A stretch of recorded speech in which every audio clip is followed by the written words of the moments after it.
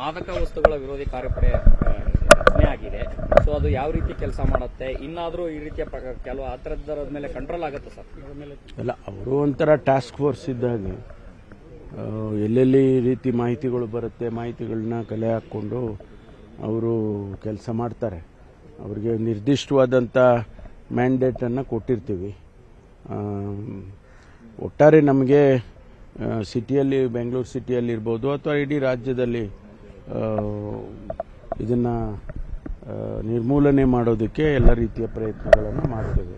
ಈಗಾಗಲೇ ಪ್ರತಿಯೊಬ್ಬ SP ಗೂ ಕೂಡ ನಾವು ನಿರ್ದಿಷ್ಟವಾದಂಥ ಆದೇಶಗಳನ್ನು ಕೊಟ್ಟಿದ್ದೇವೆ. ಅದರ ಜೊತೆಗೆ ಇದು ಕೂಡ ಇನ್ನೂ ಸ್ಟ್ರೆಂಥನ್ ಆಗಲಿ ಹಾಗೆ ಅಂತ. ನಕ್ಸಲ್ ನಿಗ್ರಹ ಪಡೆಯಿಂದ 56 ಜನ ಹುದ್ದೆಗಳನ್ನು ಇದೀಗ ವರ್ಗಾವಣೆ ಮಾಡಲಾಗಿದೆಯಲ್ಲ ಸರ್, ಅದು ಯಾವ ರೀತಿ?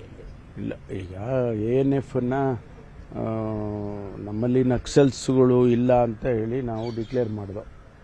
ಆ ಸಂದರ್ಭದಲ್ಲಿ ANF-ನ ಡಿಸ್ಮ್ಯಾಂಟಲ್ ಮಾಡಬೇಕು ಅಂತ ಹೇಳಿ ಒಂದಿಷ್ಟು ಚರ್ಚೆ ನಡೀತು. ಆದರೆ ಡಿಸ್ಮ್ಯಾಂಟಲ್ ಮಾಡೋದು ಬೇಡ ಸದ್ಯಕ್ಕೆ, ಅದನ್ನು ಸ್ಟ್ರೆಂತನ್ನು ಕಡಿಮೆ ಮಾಡ್ಕೊಳ್ಳೋಣ ಬೇಕಾದರೆ ಅಂತೇಳಿ ಒಂದು 200-250 ಜನರನ್ನು ಸ್ಪೆಷಲ್ ಫೋರ್ಸ್ ಅಂತ ಹೇಳಿ ದಕ್ಷಿಣ ಕನ್ನಡ ಜಿಲ್ಲೆ ಮತ್ತು ಉಡುಪಿ ಜಿಲ್ಲೆ, ಶಿವಮೊಗ್ಗ ಜಿಲ್ಲೆ 3 ಜಿಲ್ಲೆಗೆ ಮಾಡಿದ್ದೇವೆ. SAF ಅಂತ, ಸ್ಪೆಷಲ್ ಆಕ್ಷನ್ ಫೋರ್ಸ್. ಅದನ್ನು ANF-ಇಂದ ದೇವರ್ ಆಲ್ ಟ್ರೈನ್ಡ್, ಅವರನ್ನು ತಗೊಂಡಿದ್ದೇವೆ. ಇಲ್ಲಿ ಬೆಂಗಳೂರಿಗೂ ಕೂಡ ಒಂದಷ್ಟು ಏನು ಸ್ಟಾಫ್ ಕಡಿಮೆ ಆಗ್ತಾ ಇತ್ತು ಅಂತೇಳಿ ಅವ್ರನ್ನ ತಗೊಂಡಿದ್ದಾರೆ. ಅಲ್ಲಿ ನಮಗೆ ಅವಶ್ಯಕತೆ ಬಿದ್ದರೆ ಮತ್ತೆ ರೀಅಸೆಂಬಲ್ ಮಾಡಿ ಫೋರ್ಸನ್ನು ಇನ್ನೂ ಜೋರಾಗಿ ಮಾಡ್ತೀವಿ. ಸರ್, ಈಗ ಧರ್ಮಸ್ಥಳದ ಶವ ಹುತ್ತಿರೋ ಪ್ರಕರಣದಲ್ಲಿ ಏನಾದರೂ ಅಪ್ಡೇಟ್ ಏನಾದರೂ ಸಿಕ್ಕಿದೆಯಾ ಸರ್? ತನಿಖಾ ತಂಡ ತಮಗೇನಾದರೂ ಮಾಹಿತಿ ಏನಾದರೂ? ನಮಗೆ ಯಾವ ಬ್ರೀಫಿಂಗ್ ಕೂಡ ಅವರು ಮಾಡಿಲ್ಲ. ಅವರು ಸಂಪೂರ್ಣ ಮಾಡಿದ ಮೇಲೆ ವರದಿ ಕೊಡ್ತಾರೆ ಸರ್ಕಾರಕ್ಕೆ. ಅದು ಬ್ರೀಫಿಂಗ್ ನನಗೆ ಯಾವುದನ್ನು ಮಾಡಿಲ್ಲ. ಒಳ ಮೀಸಲಾತಿ ರಿಪೋರ್ಟ್ ಇವತ್ತು ಸಲ್ಲಿಕೆ ಆಗ್ತಾ ಇದೆ ಸರ್, 20 ದಿನದಲ್ಲಿ ಜಾರಿ ಮಾಡ್ತೀವಿ ಅಂತ ಸಚಿವರು ಹೇಳ್ಕೊಂಡಿದ್ರು, ಆಗುತ್ತೆ ಸರ್ ಅಂತ? ಅಲ್ಲಲ್ಲ, ಅವ್ರು ಯಾರು ಹೇಳ್ಕೊಂಡಿದ್ದಾರೋ ಗೊತ್ತಿಲ್ಲ ನನಗೆ.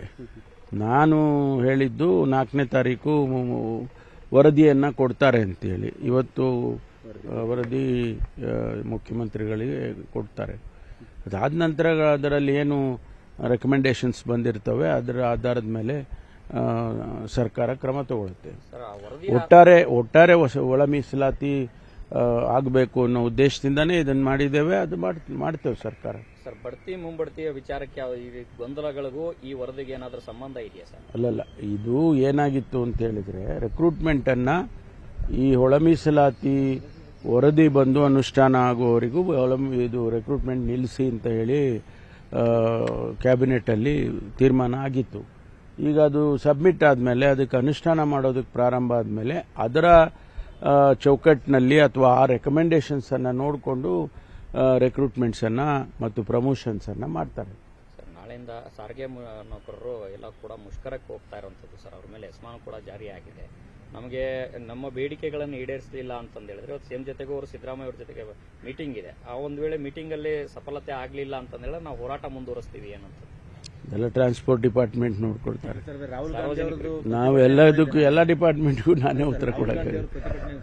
ಸಂದರ್ಭದಲ್ಲಿ ಈ ರೀತಿಯ ಮುಷ್ಕರಕ್ಕೆ ಕರೆ ಕೊಟ್ಟಿದ್ದಾರೆ, ವ್ಯತಿರಿಕ್ತ ಪರಿಣಾಮ ಬೀರೋದಿಲ್ವ ಅಂತ. ಒಂದ್ ಕಡೆ ಸರ್ಕಾರದ ಮೇಲೆ ವಿರುದ್ಧ ಪ್ರತಿಭಟನೆನ KSRTC ಮಾಡ್ತಿದ್ರೆ, ತಾವು ತಮ್ಮ ಪಾರ್ಟಿಗೂ ಸಹ ಪ್ರತಿಭಟನೆ ಮಾಡ್ತಾ ಇದ್ದಾರೆ. ಸರ್ಕಾರ ಈ ಎಲ್ಲ ವಿಚಾರಗಳನ್ನು ಹ್ಯಾಂಡಲ್ ಮಾಡುವಷ್ಟು ಸಾಮರ್ಥ್ಯ ಇದೆ, ಏನು ತೊಂದರೆ ಇಲ್ಲ. ಎಲ್ಲವನ್ನೂ ಸಮರ್ಪಕವಾಗಿ ನಿಭಾಯಿಸ್ತೀವಿ. ಭದ್ರತೆ ವ್ಯವಸ್ಥೆ ಸರಿಯಾಗಿದೆಯಾ ಸರ್? ಈಗಾಗಲೇ ನಿಮಗೆ ಗೊತ್ತಾಗಿದೆ, ಸಾಕಷ್ಟು ಪೊಲೀಸನ್ನು ಅಲ್ಲಿಗೆ ಡಿಪ್ಲಾಯ್ ಮಾಡಿದ್ದಾರೆ. ಎಲ್ಲ ರೀತಿಯ ಕ್ರಮಗಳನ್ನು ತಗೊಳ್ಳೋದಕ್ಕೆ ಸೂಚನೆ ಹೋಗಿದೆ. ಇದನ್ನು ಮಾಡ್ತಾರೆ.